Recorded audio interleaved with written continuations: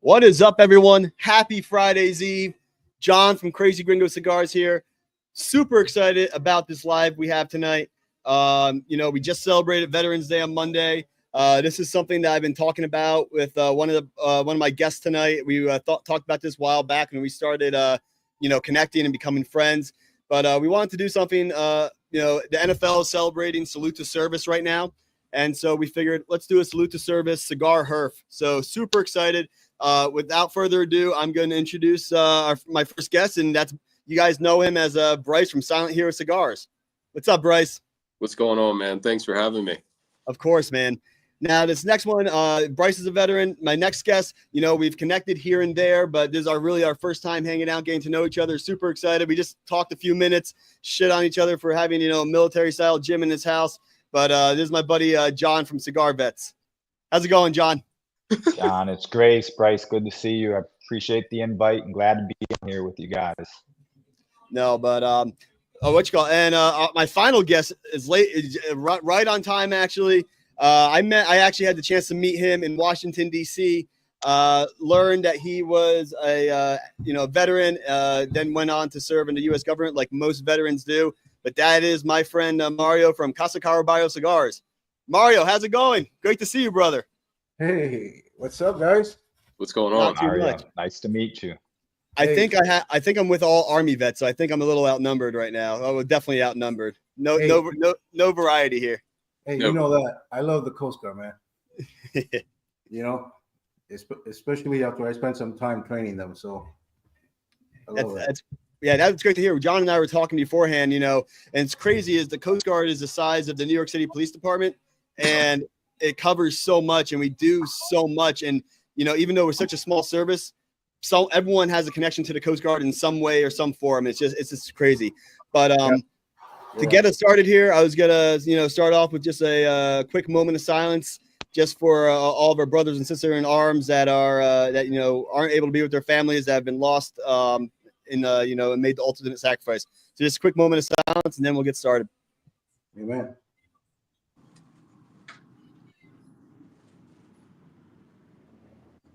All right. Well, there you go. Had to add some military elements in there, but I figured, we're going to get these cigars lit up, but let's go around and introduce yourselves and tell us about your military service and what branch you served in, and then we'll go from there. So, Bryce, why don't you start us off, brother? Yeah. So, Army vet, obviously. I was a 35 Sierra. I served for about little over 3 years. Did all my time stateside, worked as a targeting officer for NSA Washington, actually, for that whole entire duration. Got out and now working in finance. Awesome. And can you describe to everyone what your MOS was? So 35 Sierra is a signals analyst. Gotcha. Thanks, man. Yeah, of course. How about you, John? Man, I'm retired CW3 from the Army. I did just shy of 23 years. Started out as a military police, and then I converted over to who everybody loves, the CID, of course. CID is like NCIS for the Army, essentially. Yep. Simplest way of explaining it, but also a lot of differences. Man, I was stationed everywhere. I loved it. I'd do it all over again. It was crazy. I started, hitting that 40-year-old mark, and I became the old man, right? Like to fucking think like you're the old timer at 38, 39. It was just nuts. But I knew it was time to go. I couldn't keep up with these young guys and girls anymore. So no, I retired in 2017 and been doing this, a lot of this since then and before. No, John, thanks for joining, man. It's crazy. When I was an ensign, a 22-year-old fresh out of Coast Guard Academy, I was leading guys that had been in the Coast Guard, 10 years, 12 years, and I was responsible for them. So, it's crazy how that works. But no, happy you're here, brother. Thanks for joining.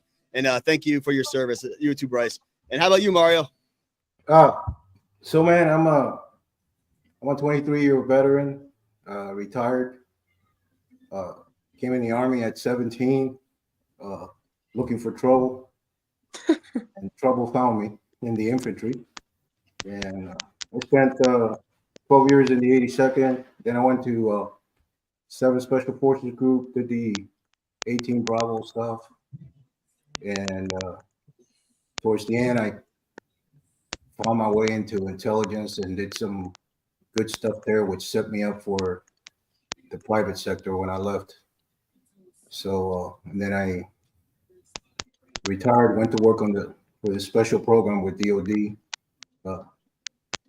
looking for bad guys all over the place. I did that until my body couldn't take it anymore. And like, yeah, and like John, I'm retired CW3 also. So, life is good, man. And I started doing this after I retired from the government. And it's been a up and down battle, all of this. But, Absolutely, man. Life is good, man. We're alive. We're here talking. That's a gift in itself. Absolutely. And yeah, like I was telling, I got to meet Mario in person in DC, had a great night through the Wolfpack Cigar Club, funny enough. And it was a pleasure meeting you, finding out that you were a veteran and then knew about the Coast Guard. We spoke the same language. So that, it's always refreshing. But yeah. No, I have good experience with the Coast Guard, not only with their tactical, your law enforcement, basically your tactical special ops guys. Yeah. And then when I was a civilian, I helped them with their counterintelligence program. And you guys have a CI program that very few people know about. You know what I mean? Oh yeah, yes we do. As a matter of fact, I sent a couple of my guys to the Coast Guard, and they're still employed by the Coast Guard. So that's good. That's good to know. Yeah, if I ever need any CI help, hopefully, that's not a good thing. If I need CI help, something's gone terribly wrong. But not really, not really. You never know. You never know working in Miami. That's fair enough. But for everyone out there, so obviously I'm John, Crazy Gringo Cigars. I'm the only active duty guy here. I'm gonna hit 11 years in May. So I'm at that 10 and a half year mark. I'm currently a lieutenant commander, so in 04. Been stationed in Puerto Rico, the Bahamas, Washington, D.C., now Miami, Florida. Kind of done, my specialty, I would say, is kind of the Caribbean area responsibility, doing migrant interdiction, drug interdiction, but really gotten to have some really awesome experiences and just happy, to share the floor with you guys who have kind of paved the way for us serving now. But more importantly, we're here to smoke some cigars and have a good time. So I'll start us off and we'll go around and say what we're smoking. So I'm smoking the Davidoff Late Hour Toro. That's what the people decided. This is my second time having this cigar, and it's still a fantastic cigar. So that's what I'm having. That is a good cigar. That's like my my A28 Claro. Just like it. Yeah, great cigar.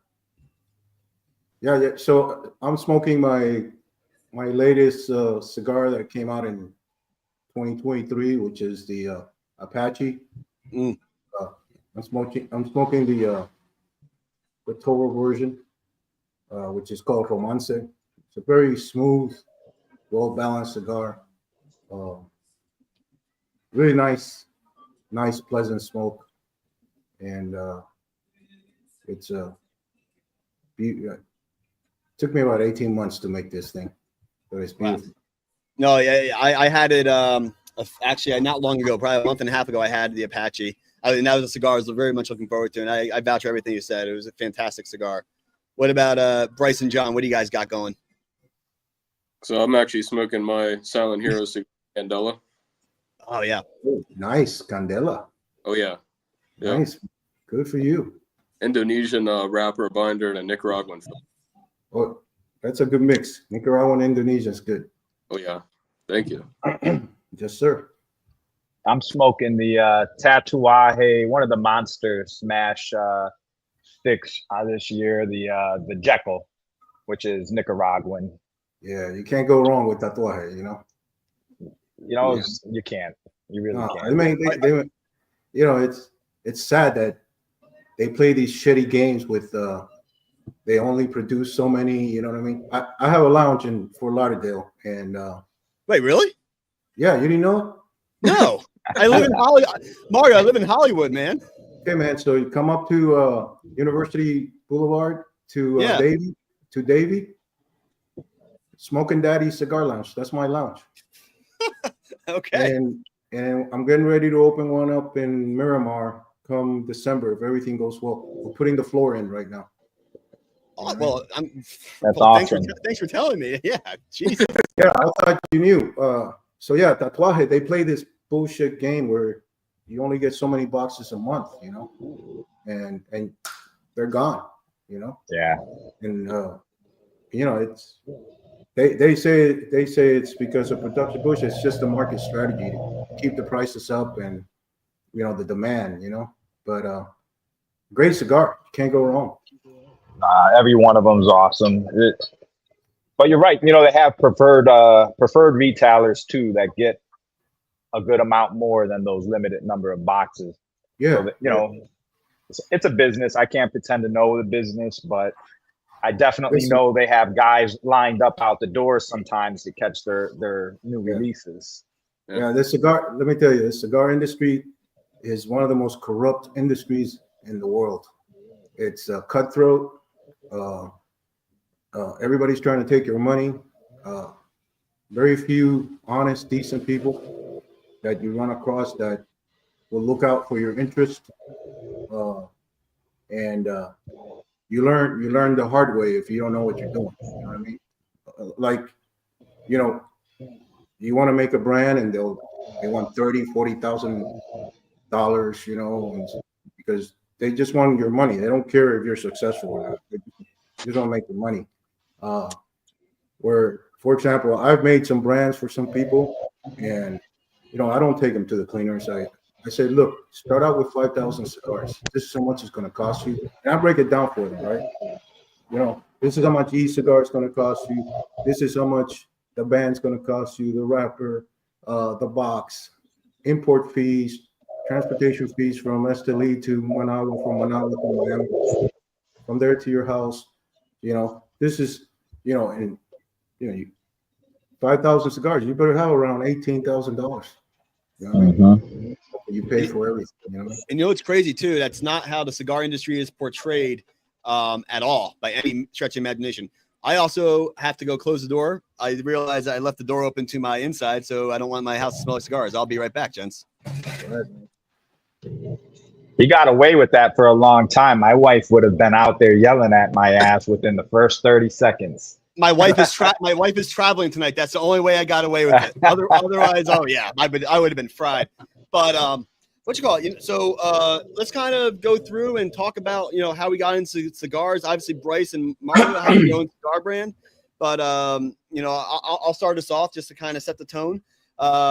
Obviously, being in the military, there's kind of a stigma, especially being an officer. There's some things you do. You play tennis, you play golf, and you smoke cigars, and you drink fine wine and fine bourbon. But for me, and I think I've told this story before. At the Coast Guard Academy, when you're a senior cadet, there's an event called Dining In. And Dining In is basically all the officers at the academy welcoming the brand new senior cadets into the officer corps. And they do that by getting you wasted on port wine and tobacco. So they give you, so you eat this amazing meal. They just keep bringing port out and you're just drinking, not realizing it. Then after you're liquored up, you go down to like the smoke pit area.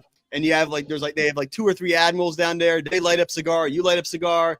And that was the first time I had a cigar. And then you end up puking the night because it was my first cigar. But no, I don't think I puked. But I know a lot of my classmates were feeling it the next day.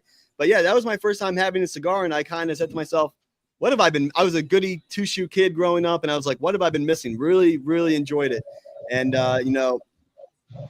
kind of casually smoked cigars throughout my military career. And then only really in the past year, got into like the social media thing, came out with my own blend, the Homage. And now, kind of doing the Cigar Live thing and just, enjoying. I'm still meeting new people, making new friends. And, so far it's been an awesome community. So that's kind of how I started smoking cigars and how I got, I'm here now.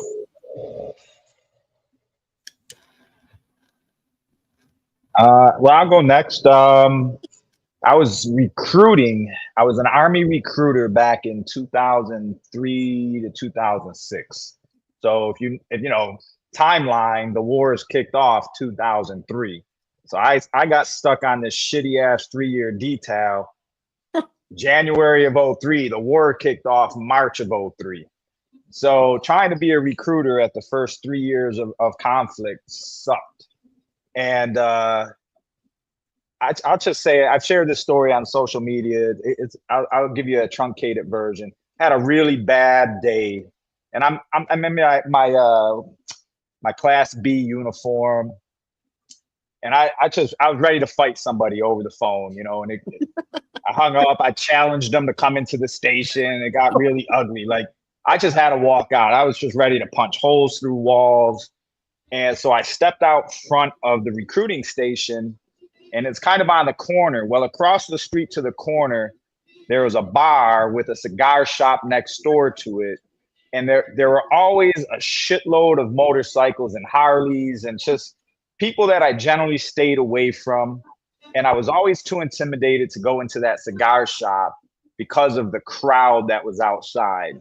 And I looked over there and I saw the crowd and I just wanted a fight and I just wanted a confrontation. So I went over. The kindest fucking guy possible who introduced me to my first $2 cigar. I don't remember what the cigar was, but I sat there for about 45 minutes to an hour, and that cigar just put me in the right mental space, in the right headspace to chill out, decompress, get my shit together, gain my composure, and I was able to go back and continue the mission. And that was my first, like, okay, I really like this. And I've been smoking ever since. That's awesome, man. You know, it's funny you say about the intimidating thing about cigar, you know, people outside the cigar lounge. When I graduated, I was actually intimidated by my crew that were all tatted up. Like my guys had, you know, full sleeves of tattoos. I got a funny story to tell, but oh yeah, I was intimidated by, you know, just people having this many tattoos. And turns out it's just their way of expressing themselves, and they're the nicest guys ever. And they took care of me. They took me under their wing and showed me how to be an officer and showed me what it meant to be, you know, an active duty Coast Guardsman. So, you know, I'm forever grateful, but I was intimidated by, you know, them being fully tatted. My one story I have is we were down in, where were we? We were in maybe it was Cabo San Lucas, Mexico. That's why, or no, maybe it was Victoria, Canada. We were doing a big, long transit. Short story, one of my first class petty officers comes back the next day and says, "Hey guys, look at this tattoo." And we're like, we're like, BM1, you have the same tattoo on your other leg. The idiot was so drunk, he got the same tattoo twice and didn't even realize it. Holy shit. He must have really liked it then, you know? Yeah, right. He was so excited about it too. And then you could just see his face when he realized that he already had it. It was gold. But I just want to give a shout out to Cigars Unbanded. Happy Friday's Eve, Peter. And then MC, what's up, man? Happy Friday's Eve. But yeah, so no, that's awesome, John. How about you guys? Did I see Hugo in here real quick a while ago? Hugo's in here as well. He gave us a happy Friday's Eve, and thanks us for our service. I'll go next. I really got introduced to cigars when I was 18 before I actually enlisted in the Army. My mom we were living in Tampa at the time, and she came out and handed me an acid Cuba and just cut it. And she was like, "Here, light this up and, you know, see what you think." And, you know, and I was like, all right, like, why not? And from that point forward, it was kind of that deep dive into the whole of, you know, cigars and the intricacies of cigars. I found out pretty quick, you know, I don't like the infusion. I like the tobacco. So I was like, all right, like, take me to whatever shop you got that from. And, you know, pretty much they pointed me in the right direction and helped me, you know, figure out what different shades mean what and different tobaccos and all types of stuff. The real, you know, not that the acid Cuba is not a real cigar, but the, you know, traditional real cigar that I first had was actually an Alec Bradley, like one of their legacy. I can't remember off the top of my head. And, you know, cigars were just kind of, you know, part of my life from that point forward, you know, going through, you know, obviously basic training, can't smoke. But when I went to my training school in Pensacola, Florida, yeah, that was a huge thing that we did. It was a huge morale boost, and just kind of like how John alluded to, it was like a good way of getting your mind out of that stressed out mind frame and just take a second and pause and just reset. And then I mean, I it was really a hobby before I started my own brand and started blending my own stick, selling. I tried growing my own tobacco plants when I was in Maryland. I even got them to germinate. I made the rookie mistake of taking the really tiny little seedling that had sprouted, just a tiny little head, and took it outside because I was like, oh yeah, get it in some sun. No, fried it. Yeah, completely fried it and killed it. Oh. Yeah, dude, I planted, I think 13 of them, and 11 of them sprouted. And again, me just not really understanding as far as, the agricultural aspect of it, took them outside and just killed it.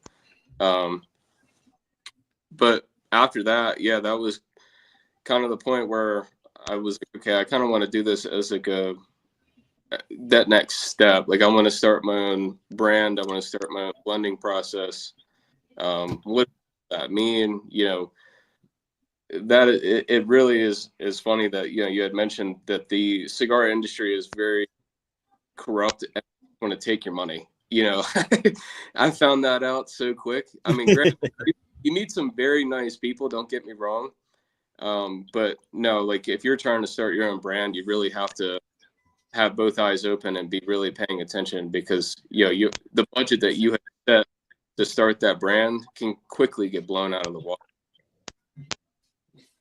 But yeah, that's really how I got. You guys can shit on me for this. I still crave a Cuba from time to time. I like it. I like a good acid sometimes. It's nice and sweet, mellow.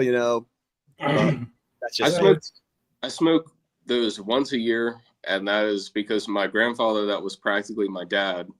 When him and I would smoke cigars, obviously I wouldn't be smoking that with him. That was his thing. But he loved that damn thing all the way up until he had to be in hospice. And so every year around the time that his birthday, I'll go and take the plunge and buy one and think of all the times I had with him. That's awesome. Cuba nonetheless.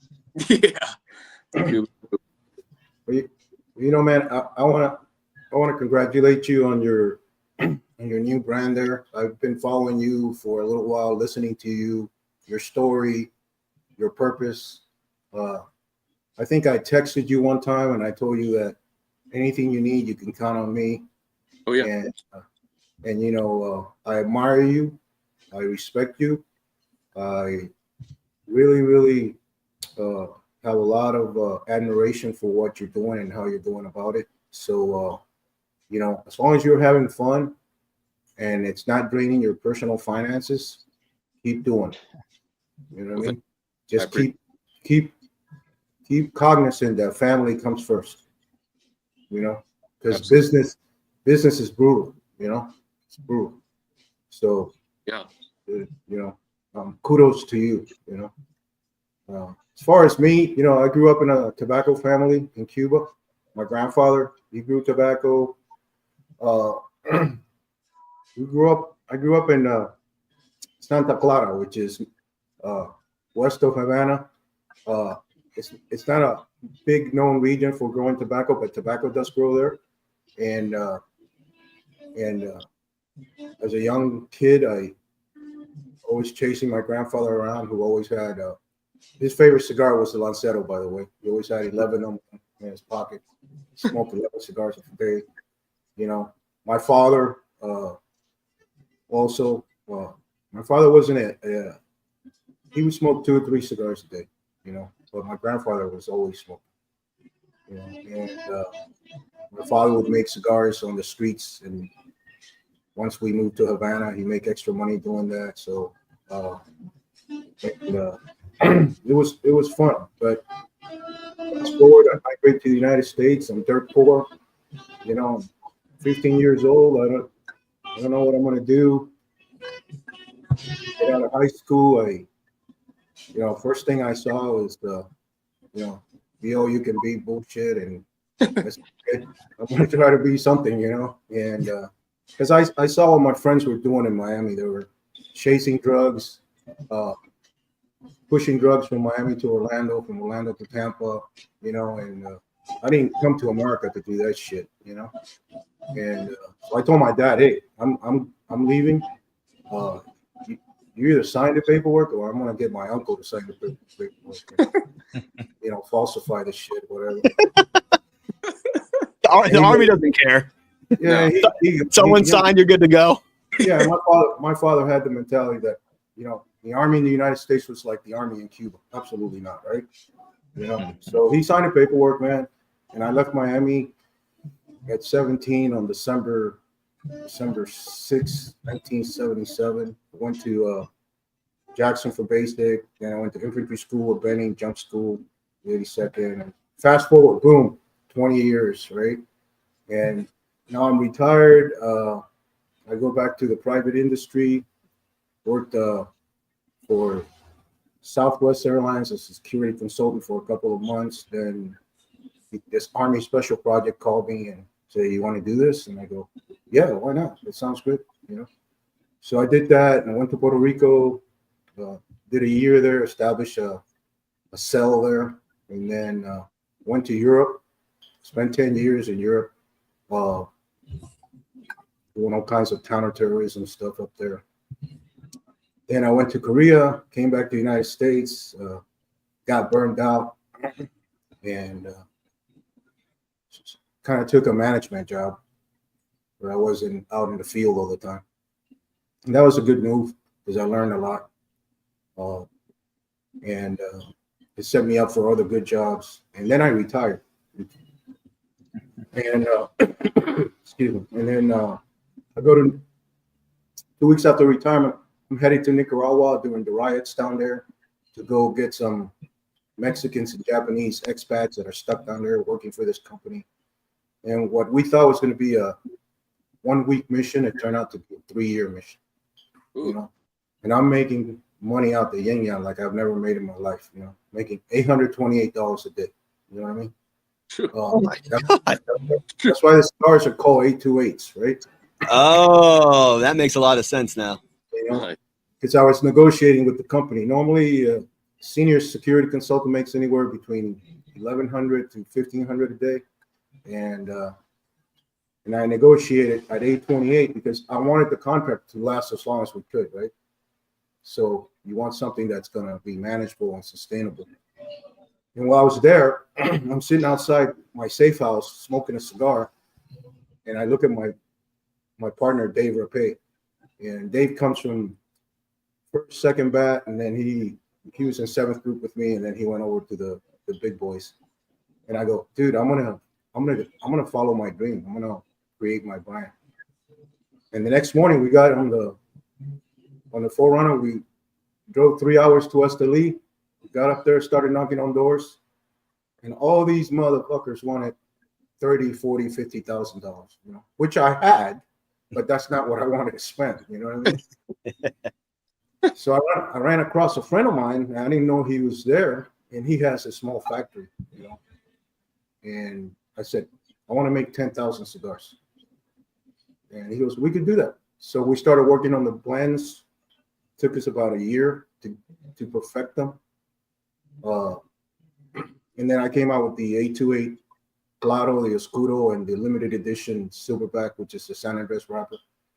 And in 2019, I joined partners with Tarazona Cigars, which was a huge mistake.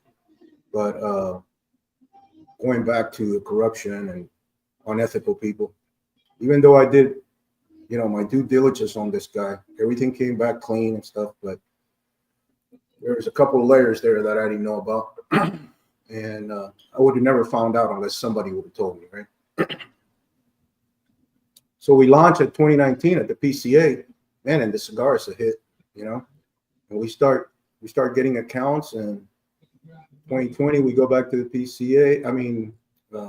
Go back to the PCA, and then COVID hits, and that put a little kink on everybody. But I sold all my cigars, right? So that was a good thing. And then I had a backup, which sold 20,000 cigars. It was great. That's awesome. Yeah, Yeah, for the first year, it was like real awesome. And then this guy went rogue on me, and I ended up with cancer. Was bedridden for a good 8-9 months. Bounced from that, and then I said, okay, I'm not going to quit. I'm going to continue to do this on my own, right? And during that time period, I helped the factory that makes my boxes develop their own blend, which is the Donello, and a Rosado, a Maduro, and a Claro, which is 3 great cigars. But they're not selling as good as I want it because of the name, right? It's an old style name. You know, marketing is everything, right? But I have some few stores that really love them, and they keep buying them, so that's a good thing. And I came out with the Dampeña, which is in the honor of the women in the cigar industry, which is a nice story in itself. And that's an Habano, all Nicaraguan, really good cigar too. And then in 2023, when we launched the PCA, the Apache came out. Everybody loved it, but nobody bought anything on that year. It was really weird because everybody loved the cigar, but nobody bought any cigars. And then after the PCA, I started selling them. And then a year later, I get a note that the cigar got a 91 rating, right? Which is great. You know? Absolutely. So here I am, small guy, very small company. And I have a 95 rated cigar, a 9.6 rated cigar, number 2 cigar for 2021, and 91 cigar. And people started tasting them and liking them.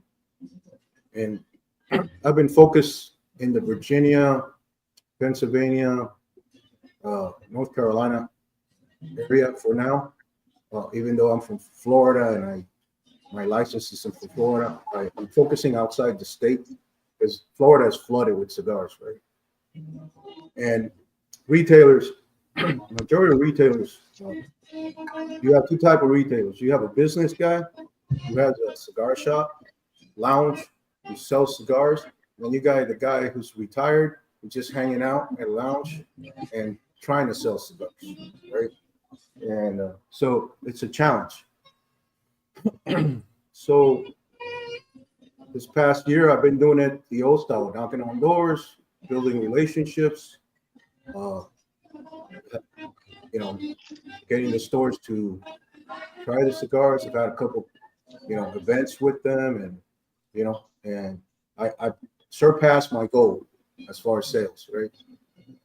Which is good. And now I'm just planning now. I'm planning for next year, which I'm going to hit stores in North Carolina and some parts of Pennsylvania. And I really don't want to get too big because I want my cigars to have high quality, right? I don't want to, do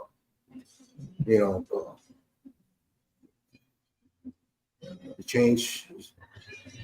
People want to change when they want to make a lot of money. They change factories, right? Because the factory doesn't have the capacity or whatever. I don't want to do that. I want to keep putting out a high quality cigar that everybody enjoys, and they could say, "This is not just a regular cigar. This is a luxury item." Yeah, it's funny. People pay money for. Mario, I'll give you a break from. I'll take the mic for a little bit, but people pay X amount of money for an experience. When you pay X amount of money for a cigar, you're paying for an experience. I mean, you're essentially paying for that experience, for that luxury experience. But a couple of takeaways. One is, a lot of people, thank veterans for their service. Veterans still have a life after the military. And I think that's such an important aspect that sometimes people forget. We're not just, well, you guys are the veterans, I'm the active duty, But for me, as a prospective veteran, you know, in a short 9.5 years, I say a short 9.5 years because it goes by quick. But you know, there's a life outside the military, and that transition is really hard for a lot of veterans. But you know, it's very encouraging to see there's a life, there's a career outside of it. In terms of Nicaragua, I was actually playing golf about a month and a half ago, and I got paired up with this guy who was at the Nicaraguan Military Academy, which is modeled off of West Point, like to the T. Like it is West Point to the T. He went through all 4 years, graduated. They sent him off to war. He got captured, actually. And he has not been back to Nicaragua since. And I said, how come? He goes, there's no reason for me to go back to. They spit me out. They didn't, you know, when the revolution happened, they didn't want anyone associated with the old regime. So it's, you know, we're talking about U.S. veterans here. There's veterans all over the world from our allies and all over military sources. But we got some comments here. So, John, I wanted to turn it over to you and talk a little about your project with Cigar Vets, because we got DV saying good evening. Yeah, so Danny is my partner with Cigar Vets. And when I retired out of the DC, Northern Virginia area, and a group of guys and I are smoking cigars. And a buddy of mine who played in the NFL, he was like, hey, we should start a cigar club, something similar to a book club where we get together, we all smoke the same cigar, pair it up with some bourbons, tequilas, whiskeys, and you know, talk about it and compare. So I literally went home that night and drew a logo that would capture everybody's career within our social circles. So when you look at the logo, it's hard to see, but the shield is derived from the NFL, and it also represents the law enforcement first responder shield.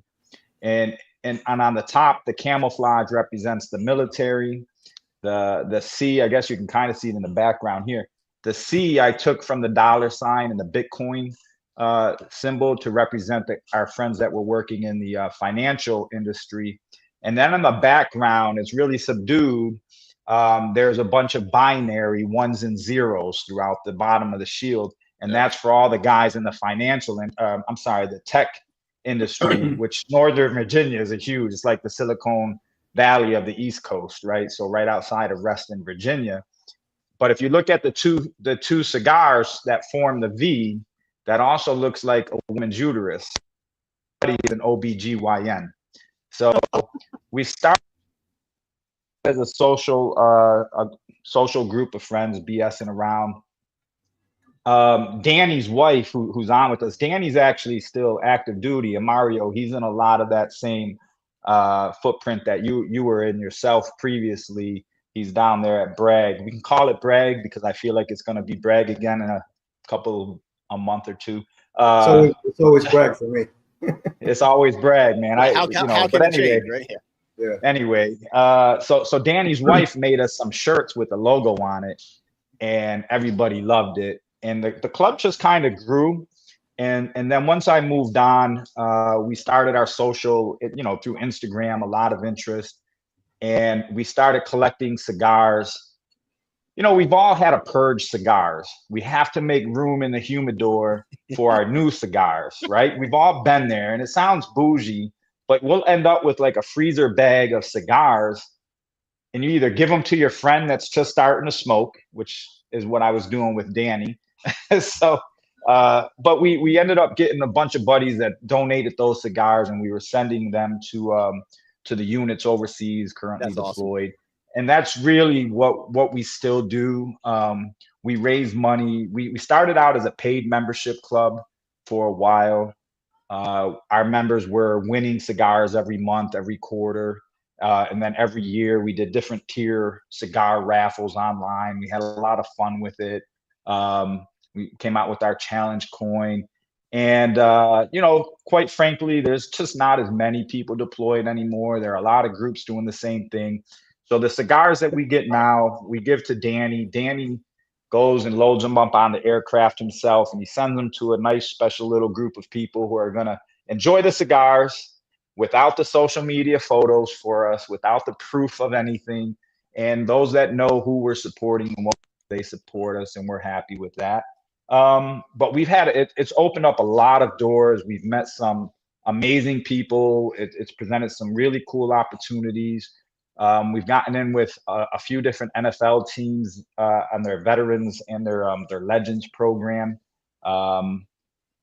So the Buffalo Bills, some Redskins, the Carolina Panthers. We just did Nice. Julius Pepper's Hall of Fame induction party over there in Canton, Ohio. And again, man, I got to meet Ed Reed, who has his own cigar brand. And what was cool about Ed Reed is I saw him come in. He's in his gold jacket. I was so excited to see and meet him, but not as a football guy. I was wanting to meet him because we built a relationship on social media over cigars. And so when he saw me and I was like, yo, it's John from Cigar Vets. And he looked and as I'm saying it, he's like, hey, yo, John. And he brings me in for this big hug. And first thing he says is, yo, are we going to smoke a cigar? You know, and people are looking like, yo, who's this guy? And I said, I have him in the back. And then later on, he came back and joined me and I'm smoking a cigar with somebody, you know, a Hall of Fame NFL player who I met on social media through crazy. Cigar Vets. I'll tell you a little secret. So that Ed Reed cigar, me and my son designed all of it. No shit. Yeah. No shit. That's awesome. ER, the box, the hat, the band.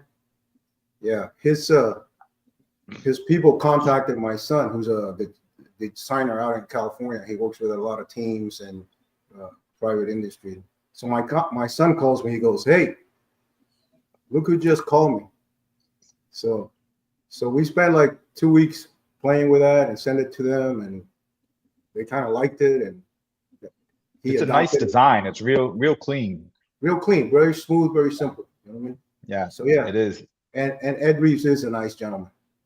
Yeah, and we ended up sending them. So we have different merchandise. One of the things we have is it's a magnetic cigar holder for the golf cart, predominantly on the golf cart. But you need one. It's a necessity. There's so many accessories that we, as cigar smokers, there's so many necessities. There's so many accessories and items that we need to be a true cigar smoker. You know. And it's always good to put out there on Father's Day and Christmas. They say guys are hard to buy for. We're not. Look, there's so many things that we can buy. But yeah, I just sent Ed a box of those cigar holders because he's a big golfer. But yeah, you know, so I appreciate you giving me the opportunity to talk about Cigar Vets. We just took what we did. We changed our model now. We're going more voluntary based. So if somebody wants to be a member, they have to make a donation in any incremental amount that they can afford within that year. And then they'll maintain membership that year. We work with some retailers and some lounges that provide discount codes for their cigars, or maybe like a free lounge pass access or something like that. So, and then we're still doing the cigars for soldiers deployed. And then this past year, we started bringing cigars to first responders, the firemen. And I'm going to tell you, that was the most fun thing that we did. And the most like instantaneously like rewarding feeling, because they were so appreciative. And the firemen at the firehouses, they all have makeshift cigars and they sit around and smoke. So they were like, yo, why don't you smoke a cigar with us now? And it's like, this is fucking great, sitting in the firehouses, smoking, meeting some great, you know, Americans that really sacrifice a lot and don't get all the recognition. Yeah. And a lot of those guys are also veterans or like reservists, National Guardsmen. So yeah, that's what the club is. That's what we do. And we try to get out there and represent. We have some really cool members worldwide. But, you know, we got some guys and girls that get out there and represent in their local lounges and on social media and virtual herfs and so forth. That's awesome, man. Where are you located? So I'm in Buffalo right now. And Mario, I was going to tap in with you on the side because, you know, I'm not familiar with your cigars, but I'm consulting with a new brick and mortar lounge up here. And we should talk about getting your cigars in Western New York if you'd be interested. We're an hour away from Pennsylvania. Yeah, absolutely. And when you look at my price point, I mean, for the quality of cigar you get, I mean, it's it's a good deal. And you know, New York is rough because of the taxes. You know what I mean? You know, people go to those Indian reservations, and it's hard for our brick and mortars to compete. yeah, it's just crazy, you know. And I'll give you a little story, you know. And I wrote to New York because I had a friend of mine who was like a House of Representative up there. So I basically told him the Minnesota story, where in Minnesota, taxes were 50%. Like California. And then this one senator who loves cigars got into learning about cigars and, you know, the industry. And he realized, you know, we're actually losing revenue because our taxes are too high. So he worked with the legislature in Minnesota for 2 years and got the taxes to 15%. They sell more cigars today and make more revenue than when it was at 50%. Why? Because people could buy more. Volume, yeah. Volume, right? You know, so I still don't get why New York has that mentality of that high tax. But yeah, New Yorkers, you know, I have a friend up there. He's a vet, also cigar tender. I don't know if you know him. He's always on Instagram doing his little spiel, you know, and he's trying to get me to one lounge up there, and it's been forever. But the problem is, like you said, these small lounges up there, you know, they have a hard time. It's just not easy. We struggle. I mean, because people they'll go to those Indian reservations or order them online, you know, to save a few dollars. But then you're stuck smoking in the middle of winter in your garage. You know, you really miss the opportunity. There's very, very limited number of nice cigar lounges that you can smoke in, especially a lounge that offers you an opportunity to have a drink. Yeah, you know, just get with me after this, and we'll work it out. Or we'll get them to try some samples, and you try some samples, and you know, see for everyone watching, being a veteran just means networking. That's all. All veterans do is network and connect. That's literally what does, you know, and that's, you know, true for active duty veteran. But yeah, I met this Marine about 4 months ago. A young kid. He works for a 3-letter agency, and you know, drives a Aston Martin. I'm going, yo, what kind of business you're in, you know? So he manages a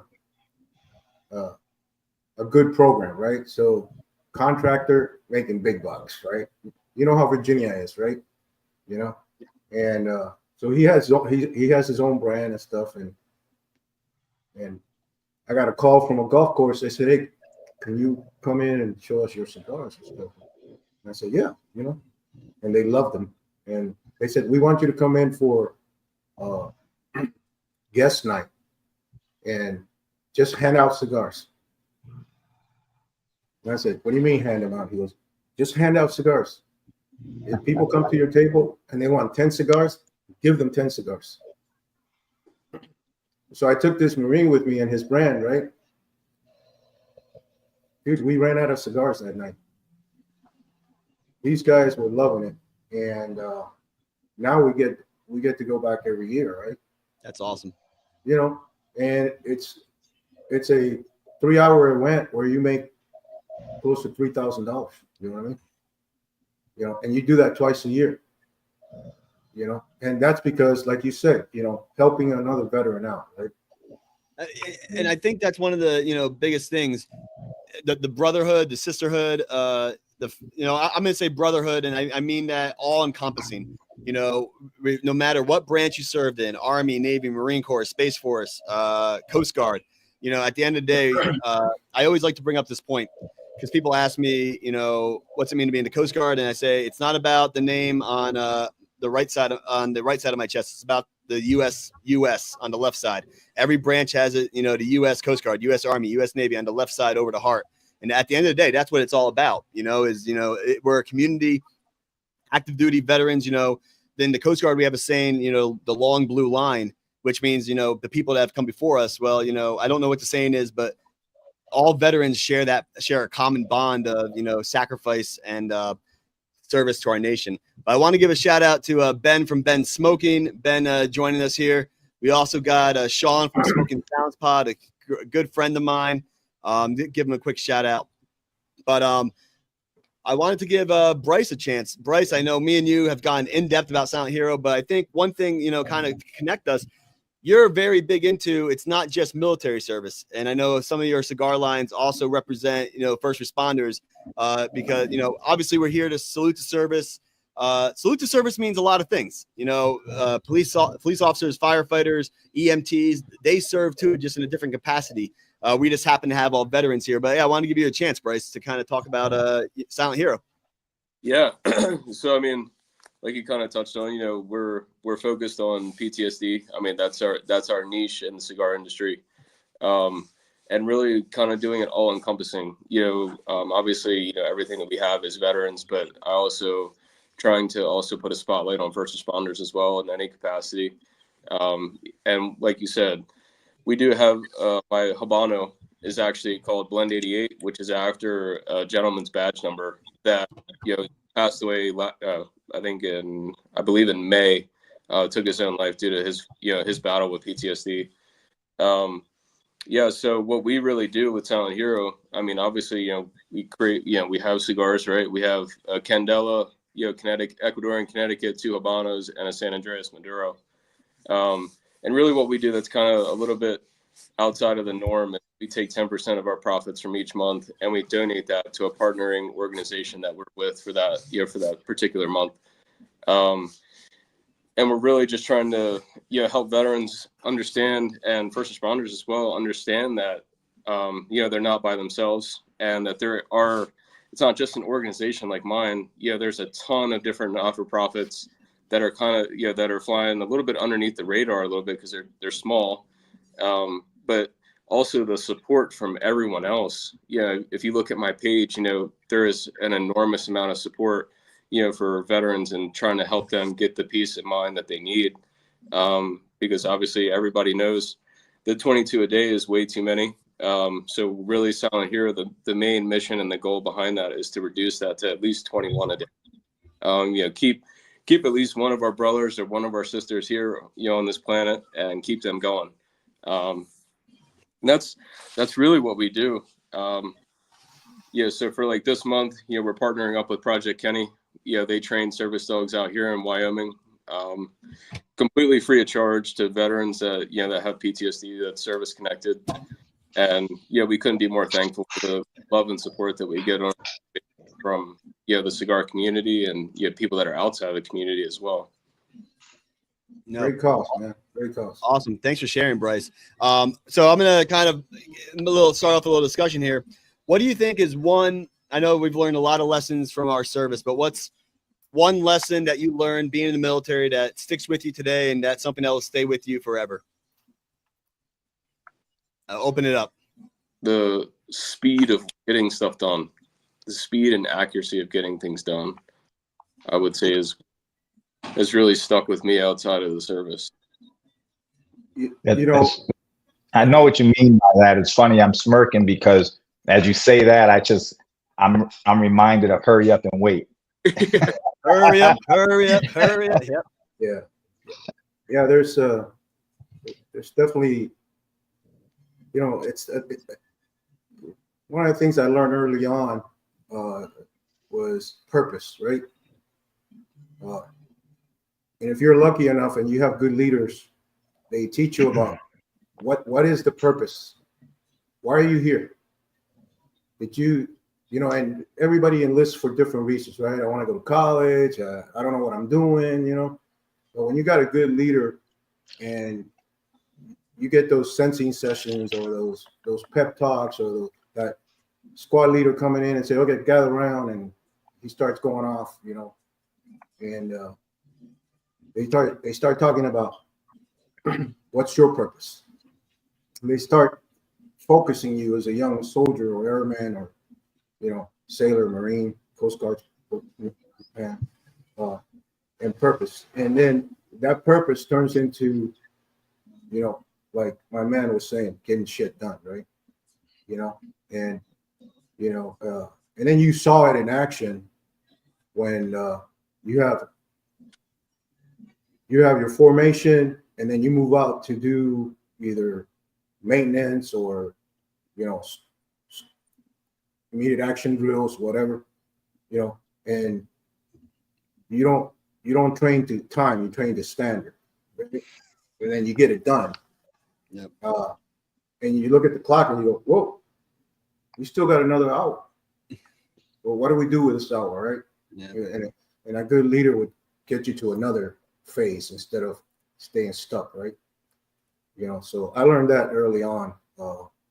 And of course, all the other leadership stuff and, taking care of soldiers, taking care of people, being responsible, doing what's right all the time. Don't wait for somebody to tell you what to do. All those little things that make you a better person as you grow in the ranks, right? One thing that kind of spurred a memory when you well, not a memory, but a thought, Mario, was oh man, what was I gonna say? I completely blanked. I'll say my lesson learned. It's sacrifice. When I was 18 years old and went to the Coast Guard Academy, I didn't. At 18 years old, I was signing not for 4 years of the academy, but also 5 years of service. And now I just hit 10 years, about to hit 11 years.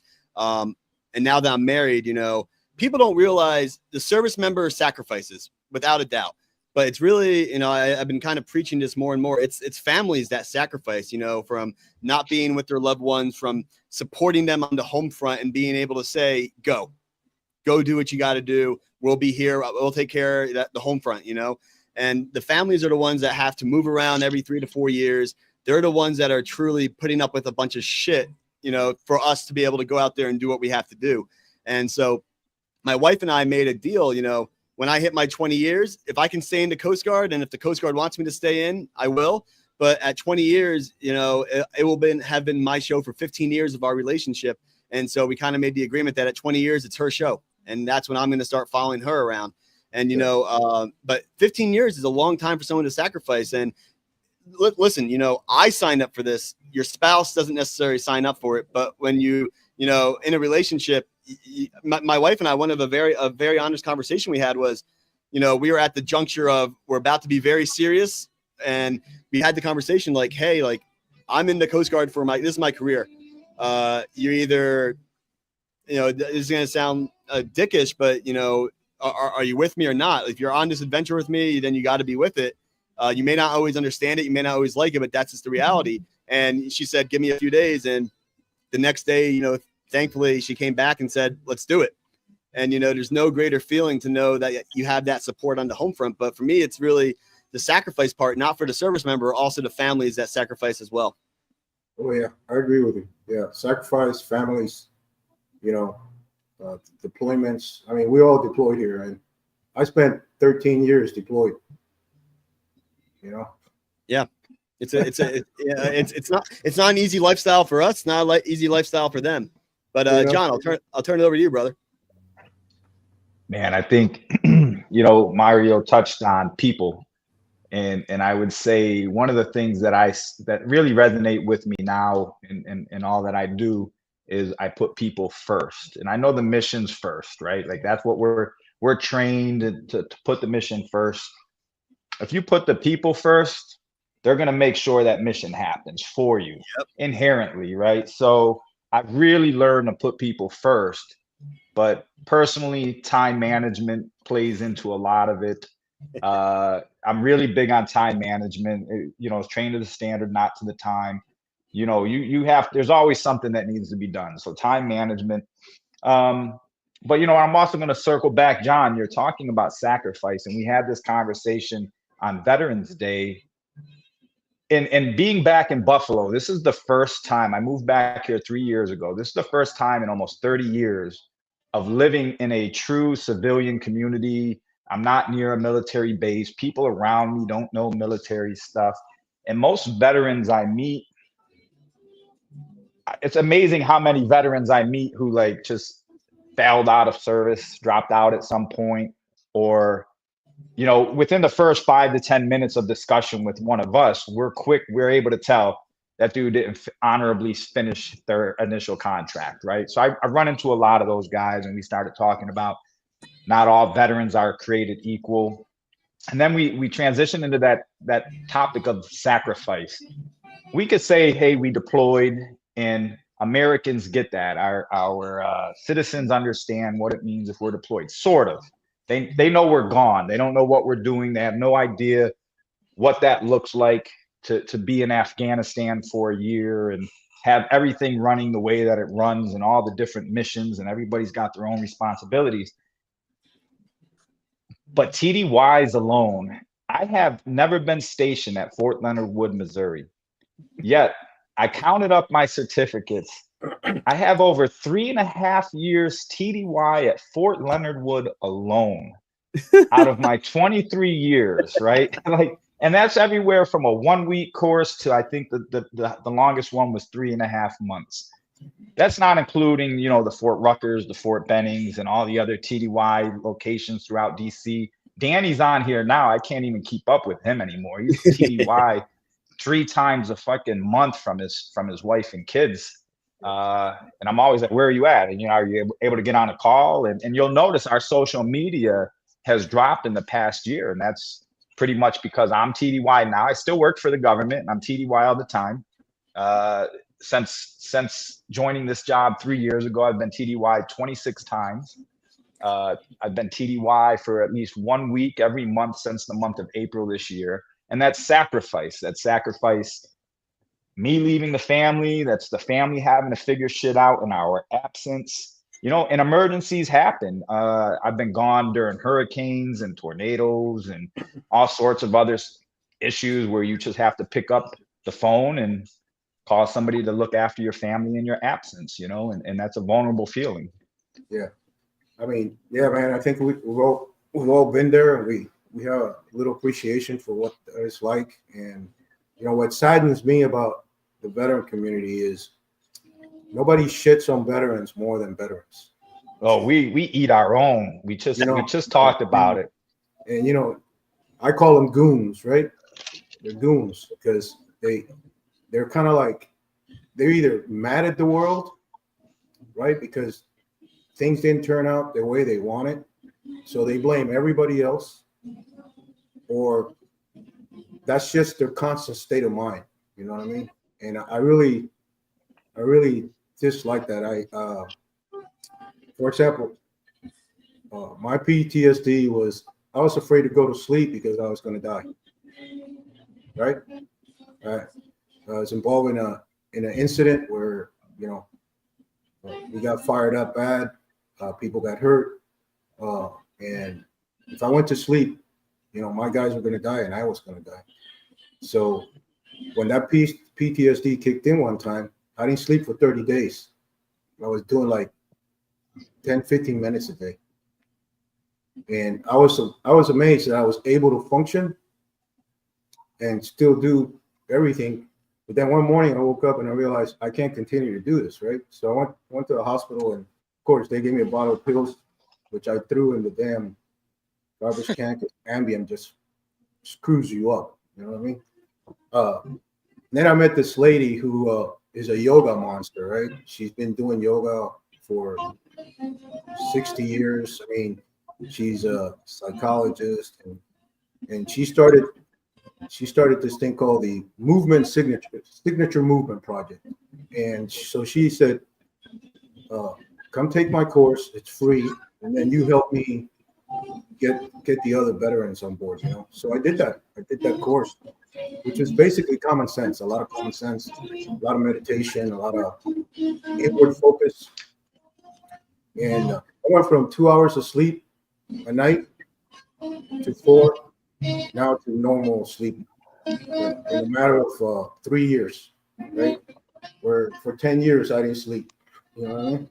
And that's changed my entire life around, right? And it gave me an opportunity to get some of these other veterans that are stuck to basically, unfuck themselves. You know what I mean? No, because absolutely. A lot of them play this head game, and they need help. It's kind of like the needle when you're playing an LP album, right? When it gets stuck, it just stays there. And then you gotta bump the stereophone so it kind of moves. And a lot of our veterans need that. They need that one-on-one, right? And they need somebody they could trust. And that's why what he's doing for PTSD, I mean, that's priceless, man. You can't put a price on that. And I thank you for that. So that's the thing about the vets that hits me is, man, we're brutal with each other. You know what I mean? And we play these bullshit, silly games with, well, I was in this firefight and you weren't, and I got my CIB and you don't, and I got my cab. I don't give a shit. None of those medals could buy us a beer at the store. Nobody. I mean, you could walk in with all that shit on your chest, jump rings, master blaster, all that tab shit. Nobody gives a fuck about that. You know who gives a shit about that? The other veteran who knows what you've been through. He's the one that's gonna say, "Hey, Whit," and I hate when they say thank you for your service. I hate that. I can't, that's something as an active duty I've struggled with, and my wife and I were in a cab in Richmond, Virginia. We used to go to Richmond, Virginia to get away as like a weekend vacation, and one of our Uber drivers was a veteran, and I said thank you for your service, and he said I'm honored, and that changed my entire life, changed my entire perspective, because I hate getting that comment. It's just, I think it's part of our, as military people, it's just, this is what we do. This is what we signed up for. People forget that. I mean, I'm assuming we're all out except you. But for 23 years, for 10 years, for 23 years here, you for 15, we've been wrapped in glory for all those years, right? That uniform, what does that uniform represent? It's not a goddamn camouflage uniform or blue, or it's the flag of the United States. That's what we're wearing every day, right? So we didn't do it because we wanted recognition. We did it because that was our purpose. That was my purpose. My purpose was, I came from a communist country. I'm gonna hopefully go back and liberate that country, which it never happened, but then we got to help a lot of other countries, right? You know what I mean? Which gave me a lot of satisfaction, right? And only the U.S. Army, U.S. Armed Forces could do that. Nobody else can. You know what I mean? So people see the U.S. military, and I'm talking foreign countries, and they feel relief. They feel safe. Feel safe. And that's one of the reasons actually why the Coast Guard is such a and this is my plug for the Coast Guard. I got to put it in there. That's one of the plugs for the Coast Guard is, we, the Navy comes in, they're gray hulls, they're warships. We come in, we have white ships that have, the red racing stripe. People see that, especially, we'll talk to current affairs, South China Sea, those small Pacific Island countries that are struggling with the battle with the PRC right now. They see the Coast Guard and exactly what you're talking about, Mario, they're relieved. They're like, the Coast Guard's here. I can trust them. They're going to help us, And, I mean, look at the mission you guys got in Asia. Yeah. I mean, people have no clue that the Coast Guard is all over Asia, helping fight and keep those sea lanes open. You know what I mean? Absolutely. What does those sea lanes open mean? It means good commerce and cheaper prices in the United States. Freedom of the seas. That's what it really comes down to. And something. So I thought I remembered what I was thinking about, Mario, and this is my next question. And I just I didn't forget again. So you were talking about training. One of the ways I was drawn to the Coast Guard is, unlike the other services, and you correct me if I'm wrong, and it depends on what unit you are in and what your MOS is, but in the Coast Guard, we train for a mission, and you bet your ass that we do that mission. You probably train for it, and then the next day you're out there saving a life. You're out there doing the mission, and so that was one of the things that drew me to the Coast Guard. But my question to everyone is, why did you join the military? Yeah, well, I joined for ideological reasons. Fighting communism. Well, that was my first reason. I was young, naive, and I thought one day we were gonna go liberate Cuba and bring freedom to that country and clean it out of the mess it's in. And of course, it didn't happen because our foreign policy for the last 50 years has been stuck. No matter which administration it is, it's just stuck, right? And I never lost that hope, right? And then you get your first deployment, and my first deployment was combat.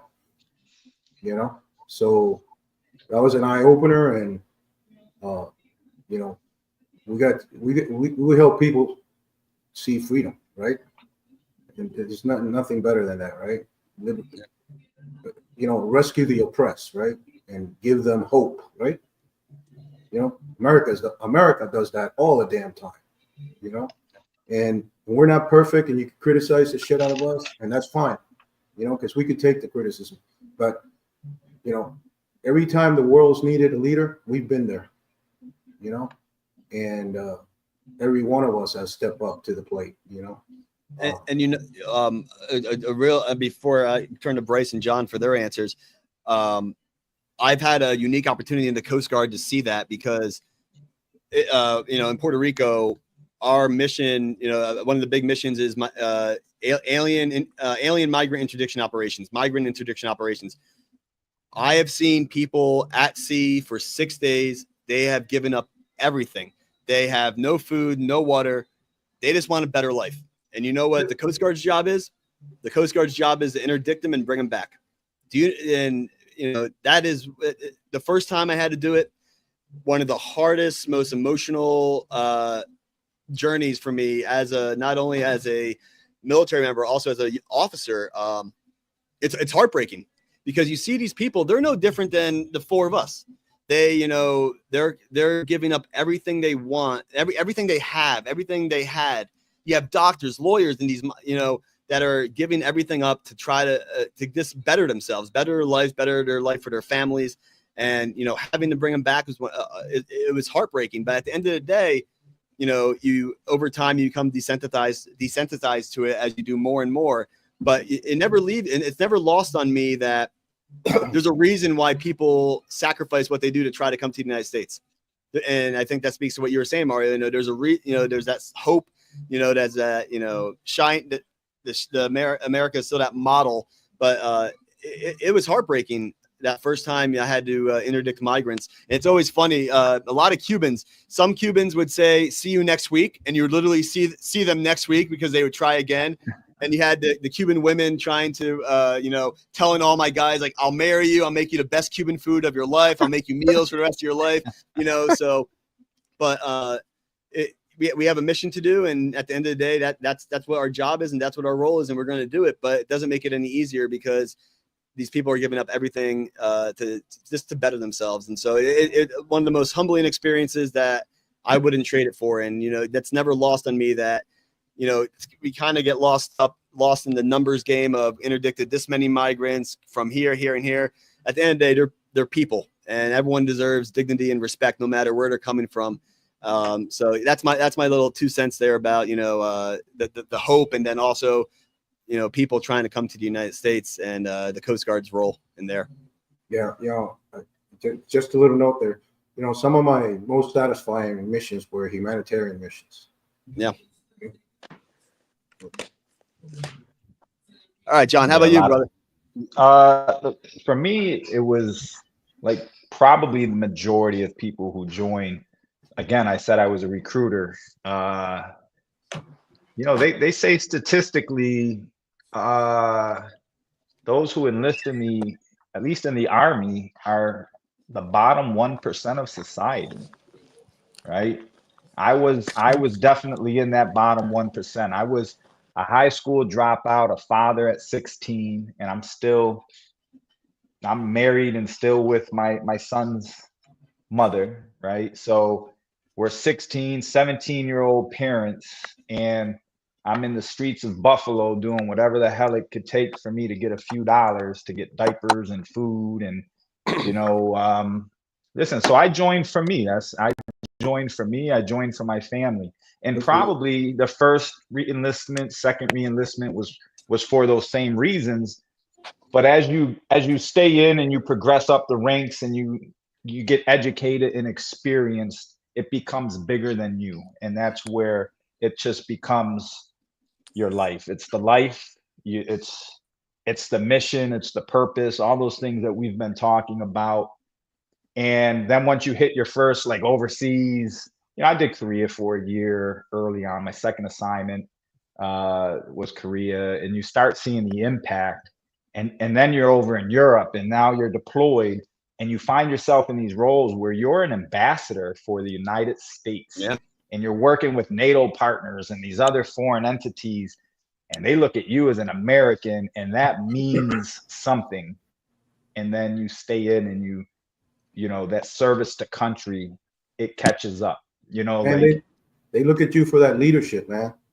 They for everything. I mean, and I still remain contact with so many foreign military, NATO folks that I've met, while deployed, or who have maybe had the honor of coming to one of our training academies here in the States, something like that. But yeah, Bryce, what about you? Your reasoning for joining up, signing up?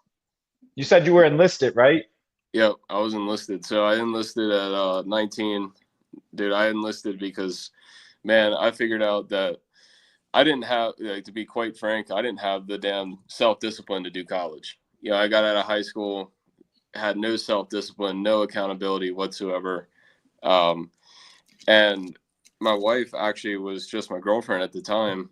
And, dude, if it wasn't for her, I definitely wouldn't have been so, I don't know, my eyes kind of open a little bit, from what was going on around me, because I just wasn't going anywhere. I had no drive to do anything. I just wanted to stay home and dick around and not really, I don't know, I didn't care. So it was actually my dad. My dad wanted me to do the Florida Highway Patrol.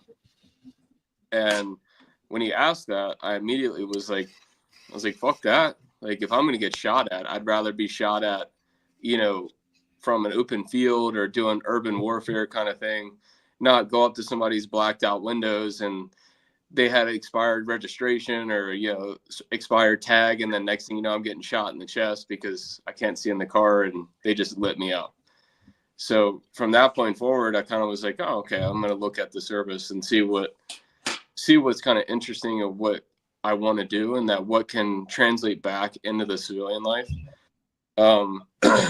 And so me being me, I initially wanted to do something more combative. I was looking at the Air Force trying to do their pararescue program. I did the PASS test when they still were doing that. And I don't know, it was kind of weird. Like, my recruiter wasn't really open with me at the time. He was like, will you pass? They never are. They never are. And, false statement. Yeah. And he wanted me to do the test. I was like, all right, cool. I trained for that. It was the hardest damn thing I've ever done physically to this day. I mean, that test beats your ass. And I mean, for good reason. I mean, you're trying out, it's like a pre-selection for a special operations unit that is ultimately a spec ops medic. You know what I mean? And so you have to be physically fit. You have to be all of those things. Didn't work out with them. I actually went and looked at the Coast Guard. I was wanting to kind of do something more of a maritime law enforcement. And I was really heavily interested in doing the Maritime Security Response Team, or the MSRTs. Yep. And quickly found out the wait list to get into that program is quite long. And I think at the time, the guy told me I was going to be waiting for about 8 years to do that. Holy shit. I was not willing to do that. Like, I was not willing to wait 8 years to get into what I wanted to do. I wanted to just jump in. And so I somehow landed up at the Army's recruiting.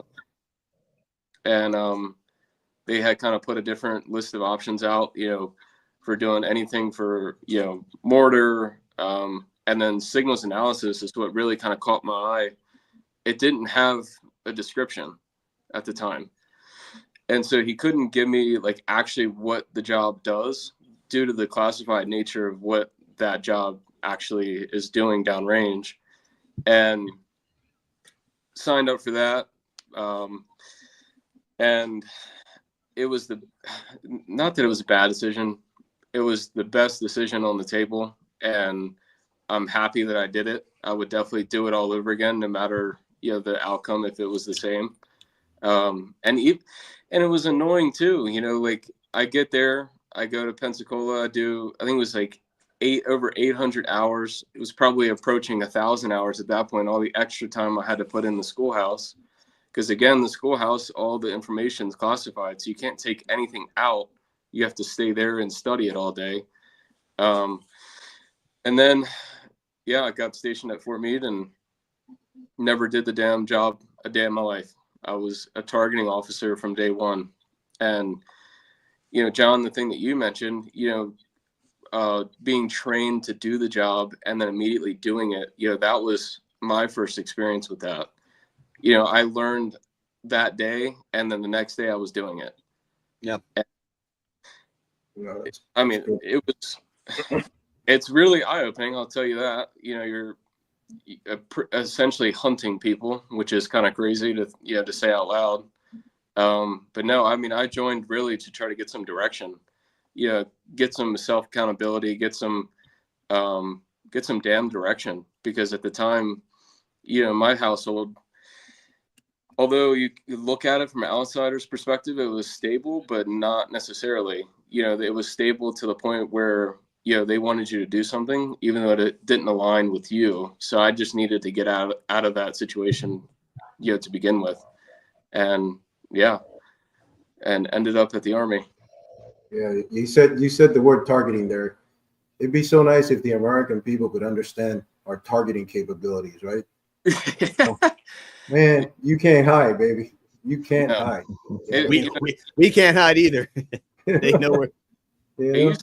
Yeah, because I worked heavily with MQ-9 drones all day, every day, and it was crazy because you would see them recognize that there's a drone up, and they would throw a black blanket over themselves, thinking that was going to hide them from the damn thing. And it's like, and it's crazy because you can kind of see the disconnect of their reality versus our reality. Like, we know, and as Americans, we know that our technology is incredible.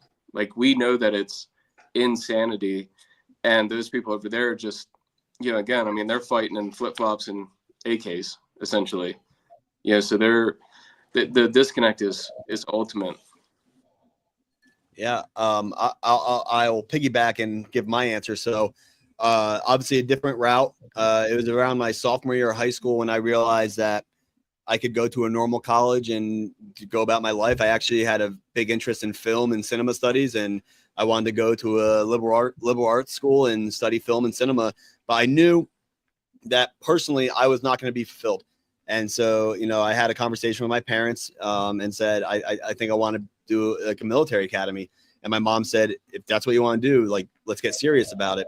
Really got serious my junior year. I had, come senior year, I had offers from the Naval Academy and then the Coast Guard Academy. But for me, at the end of the day, here's why I chose the Coast Guard. And it's going to sound like a cliche answer, but it's the answer I've stuck with, and it's my truth. The Navy is, the Coast Guard is such a unique mission set. And, in the Navy, you're training for war. You're training to ultimately kill people and take lives. Not a bad thing. It has to be done, right? It's the nature of what the military does. But for me, I was like, the Coast Guard, I was drawn to the humanitarian mission, but for the opportunity to be able to help other people and have a positive influence on people's lives. For me, that's what sold me on the Coast Guard, being able to get to do that. And I can honestly say that I've gotten to do that every day of my Coast Guard career so far, in terms of having a positive influence, whether it's chasing down drug runners in the middle of the night, going to the Dominican Republic, or, interdicting migrants and saving them from, absolute doom when they were going to be at peril at sea, or definitely doomed.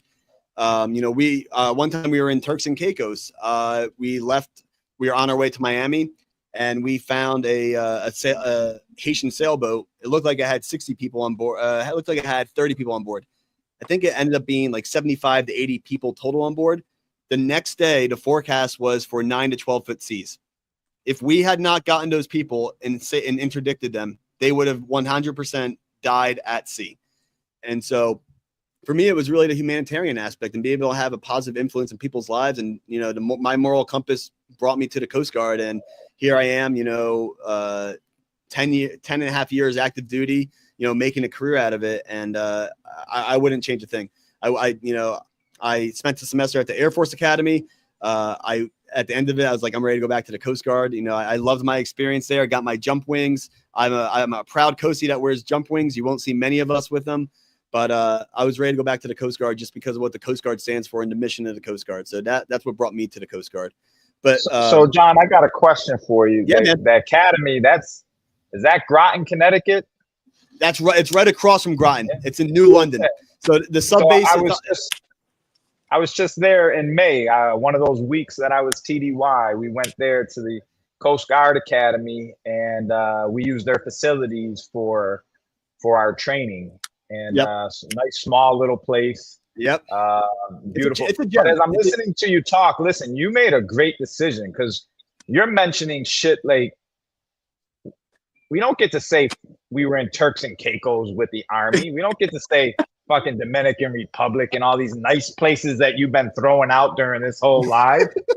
You just listed a whole like Caribbean cruise line of destinations, and you know Mario and I are like fucking Iraq, Afghanistan, Kosovo, you know, like yeah. So you made a great decision, John. No, Absolutely.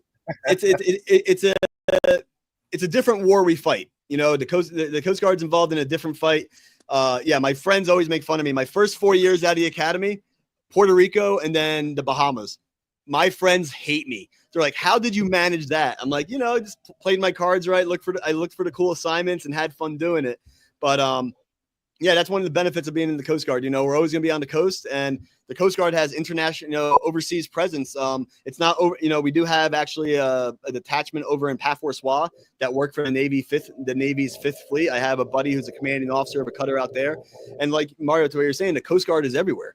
You know, people think Coast Guard, they think, oh, it's only, you know, the boats they see on the water. We are literally everywhere around the world. So there's a lot of cool opportunities there in the Coast Guard, but I like to say I played my cards right, you know, between the Puerto Rico, the Bahamas. My wife and I love DC. I know people like, you love DC. I'm like, yeah, we want to go back. And now I get to be in Miami. So, you know, it's not a bad life, John. Yeah. Coast Guard, that blue program you guys got for aviation, it's like one of the best in all the services. You know what I mean? Mm-hmm. I mean, you guys, it's awesome. You know? So we're we're about an hour and a half. We got about 15 more minutes or so. So I don't want to intrude on Cigars on Bandit because they're coming on They're coming on at 9:15. But I just want to open the floor for, you know, for us to have ask each other any questions. And you know, Surfman, yeah, DV mentioned Surfman. Surfman are the crazy guys that go out like on the bars and go in the boats that flip over and whatnot. That's a crazy mission. But I really just want to open the floor for discussion. You know, I think we've hit on a lot of great stuff. This has been great too. You know, I'm excited as an active duty guy to join the veteran community when I get out. And, you know, I mean this when I say I'm humbled, you know, being in your guys' presence, who paved the way for me, who had struggles with PTSD, you only understand it if you've been through it, you know? And so I appreciate you guys taking the time to share your experience and stories. But yeah, I lit up another cigar, but we're gonna get off here in the next 15 minutes. But yeah, I just wanted to open up for us to shoot the shit a little bit. Any good stories? Any funny stories to tell? You know, it's not, you know, we've been pretty serious this whole time, but you know, there is a funny side to the military because we're at the end of the day, we're people too. So. No, but I did want to come back to Bryce. You know, we had, I think a while back we discussed. I was going to try to look at your cigars and get them out to our members and so forth. And that kind of fell to the wayside because we're no longer doing our members raffles. So I need to circle back, and I want to try your cigars as well. So you know, I'm definitely glad that I've had this opportunity to sit with the two of you gentlemen, and you know, particularly learn a little bit about your cigars. and then John, man, this has just been a great discussion, great invitation. So getting to meet three awesome guys. This has been real cool. Yeah. Yes. So, talking about cigars, somebody said, let's talk about favorite cigars. Well, my cigars are my favorite cigars. Right? That's just about it. That's just about it. Okay. If you had to pick one besides your own cigar, right? Like, because you had a favorite before you started making cigars. Yeah. So if I had to pick a favorite cigar, it would be a Cuban cigar, which is Robina. And the reason for that is because I grew up around that factory in Cuba and know what goes in them. And the factory where I make my cigars, my partner there, a friend, he worked for Robina for 20-some years. So if you know anything about the Cuban cigar industry, Robina is the man, and every cigar he made was just it was just a delicacy, right? So I love Robina cigars. Of course, today Cuban cigars are overrated. The quality is not the same. They can't produce enough ever since the Chinese bought part of Habanos SAA. Yeah. They've kind of ruined the industry. There's this big supply and demand. And you're paying $120, $134,000 for a box of Cuban cigars, which is pathetic if you ask me, and then here comes Nicaraguan cigars and Dominican cigars, which are, great cigars, as long as they're made, with good craftsmanship and, good fermentation and good quality leaf, you get a premium, high quality cigar for a good price. The problem we have in the industry is knowledge and the fact that people are always chasing bands, man, because they don't know what they're smoking, So, I'll smoke the Perdomo and I'll smoke the Padron. Well, those guys are always going to make the same thing. They don't deviate, right? But guys like us who are small, we bring a different palate, a different taste, something totally different that gives you a totally different experience. So,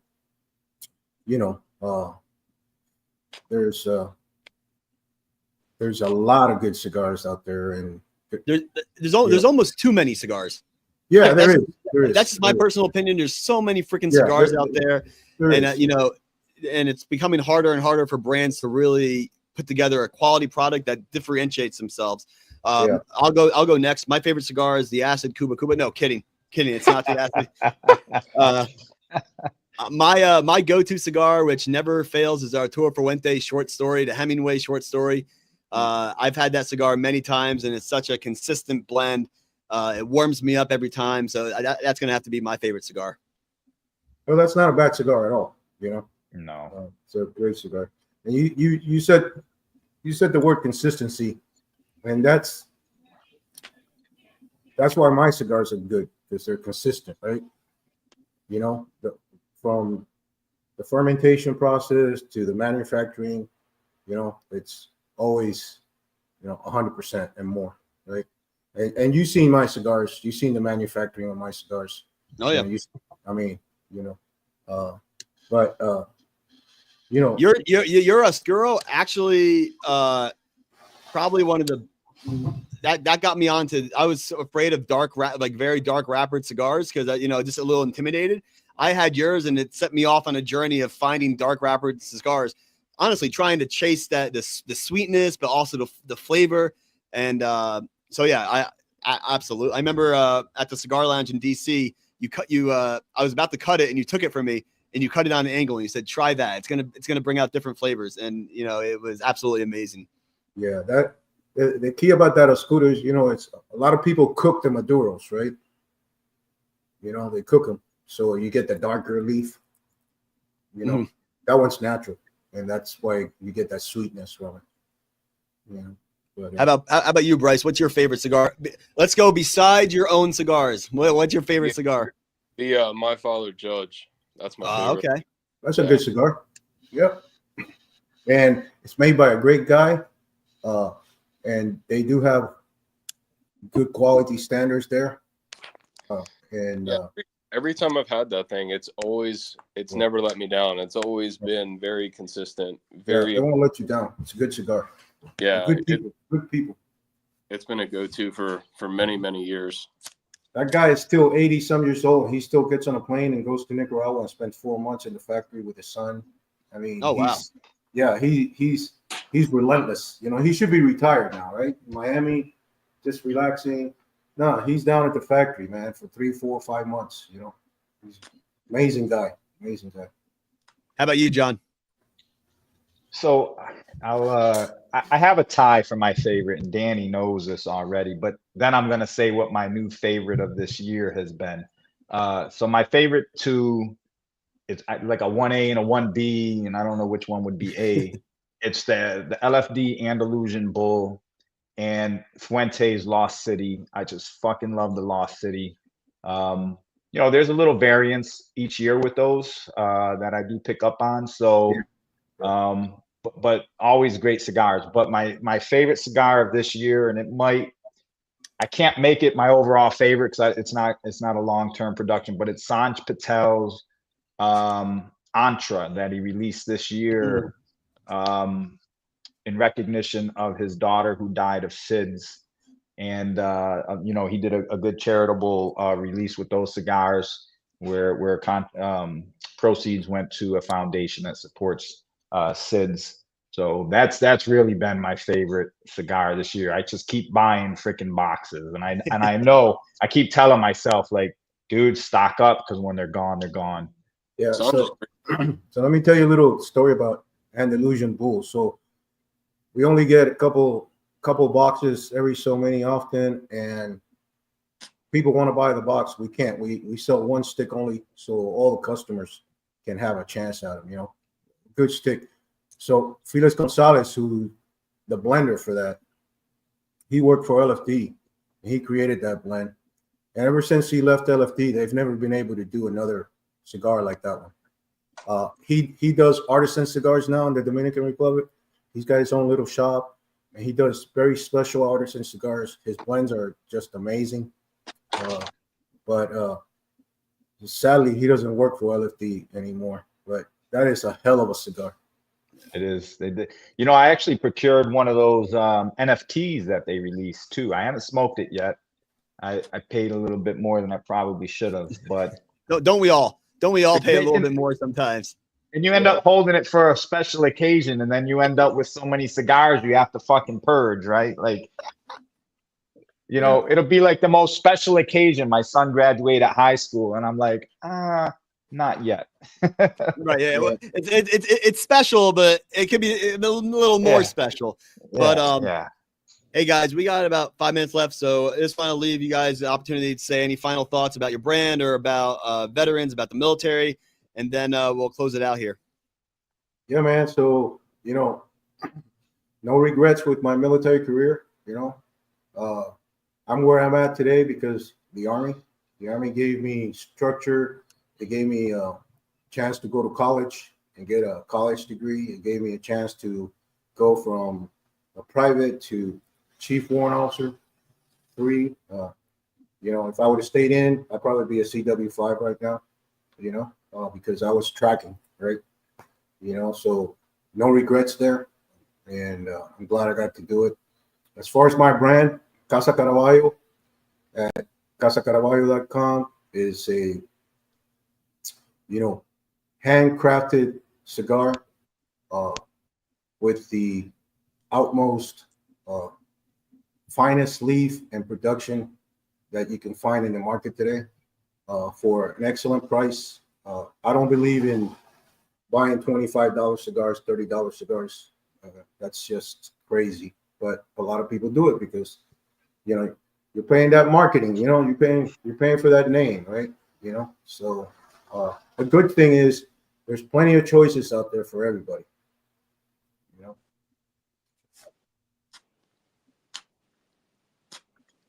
I'd like to finish and say, go see your recruiter.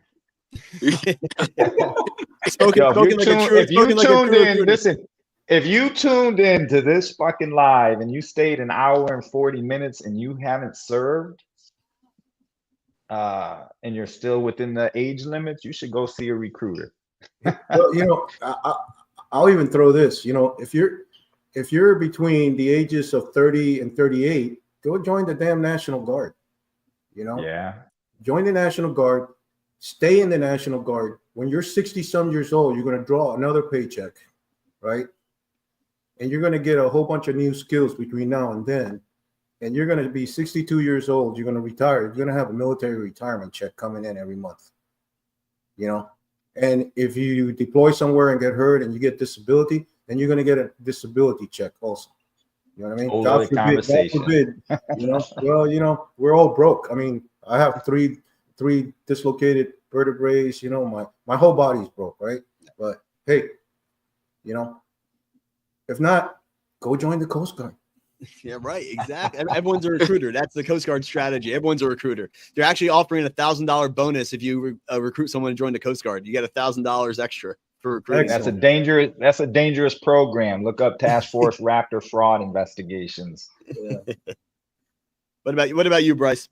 Yeah, I mean the biggest thing that I'll say, John knows this as well. So we're Silent Hero is hosting a holiday raffle. So what we're doing is we're pretty much doing the entry as buying 3 cigars, you get a free sticker as well. And you enter in this raffle that's going to have anywhere from 5 to 8 different prize baskets. The Cigar Vets have been, we've been very appreciative of Cigar Vets, donation towards that as well. And really what we're doing is we're raising money to feed the homeless veterans that are here in Cheyenne on December 21st. If you don't know anything about Wyoming, everybody kind of knows that it's colder than shit in the wintertime. I mean, it is cold and it's windy on top of that. So a hot meal is going to go a really long way for these guys and their families that, that are unfortunately down on their luck right now. So we'll be releasing that, hopefully next week on the 20th. And yeah, that's really it. When does your t-shirt release? The first week of December. Awesome. Put me down for one. I'll close out here. Guys, this has been awesome. Better than anything I could ever imagine. Like I said, I'm honored to be in your presence as 3 guys who have been in my shoes, have served, have, flew the flag of our great country. It's crazy. One thing I'm still humbled by, this is why we're here. Cigars have brought us together and, made unlikely friendships. And so I'm honored to know each of one of you. John, I looking forward to getting to know you more, brother. Hopefully do a cigar exchange here. Bryce, it's been an awesome friendship. Mario, pleasure meeting you, in person and then getting a follow-up and, staying in touch with each other throughout the past year or so. But that's what it's all about. That's what the, veteran community, active duty community is all about. And thank you so much for joining me. This is a salute to service. And, we'd be remiss if we say, to all those, we thank all those who are still fighting the good fight, who are overseas, serving our country, who, can't enjoy cigars with friends. Maybe they can enjoy cigars in a different way, but, can't enjoy a cigar in the comfort of their home or, a lounge, what have you. But that's all I have from here at Crazy Gringo Cigars. Gents, thanks so much for joining us. I will post the Instagram links for all of you guys in the in the info below so people can get a hold of you. I'm going to repost this again because I think this is a valuable one. I think there's so many cigar smokers in there's so many veterans in the cigar community, and I think the cigar community is very interested by military service. I think the two go hand in hand. That are what I've learned. And so I think we can reach a lot of people and kind of, spark them to have their own conversations and kind of introspective and be reflective. So that's all we got. Guys, thank you so much for joining us. Crazy Gringo out. Thank you so much, everyone. Have a great weekend. Be safe out there. Thank you, guys. Hey, good meeting you guys. Take care. I'll be in touch with both of you. All right. Sounds Be good. safe, Thank you. guys. Thanks again, John. Appreciate it. Of course, guys. Take care. That was